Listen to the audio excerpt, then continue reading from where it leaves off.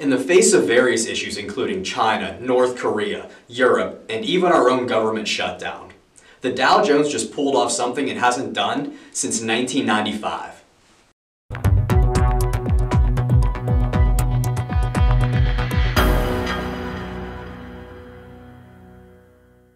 All of the major U.S. indexes were positive again last week, with the Dow Jones up about 0.5%, and that now makes 9 straight weeks of positive gains in the Dow, and that's the longest streak since 1995. Now, the year-to-date leader in the U.S. indexes is still the Russell 2000, which is up just under 18%. Foreign and emerging markets were both positive last week as well, with foreign markets up about 0.8%, and emerging markets were up over 2%.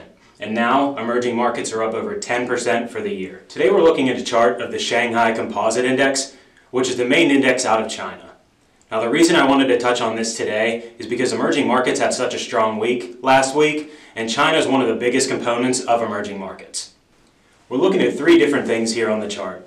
First is the blue diagonal line, and that's a downtrend in this index that started in June of 2018 and finally broke out above this line the beginning of February of 2019, and this is the first bullish sign on this Chinese index.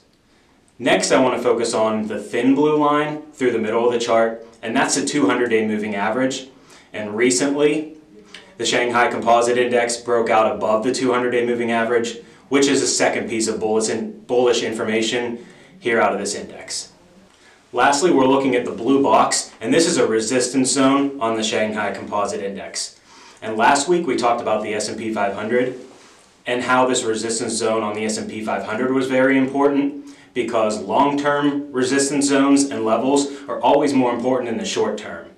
So this box right here is just as important as breaking the downtrend earlier this month and crossing the 200-day moving average, which just recently happened.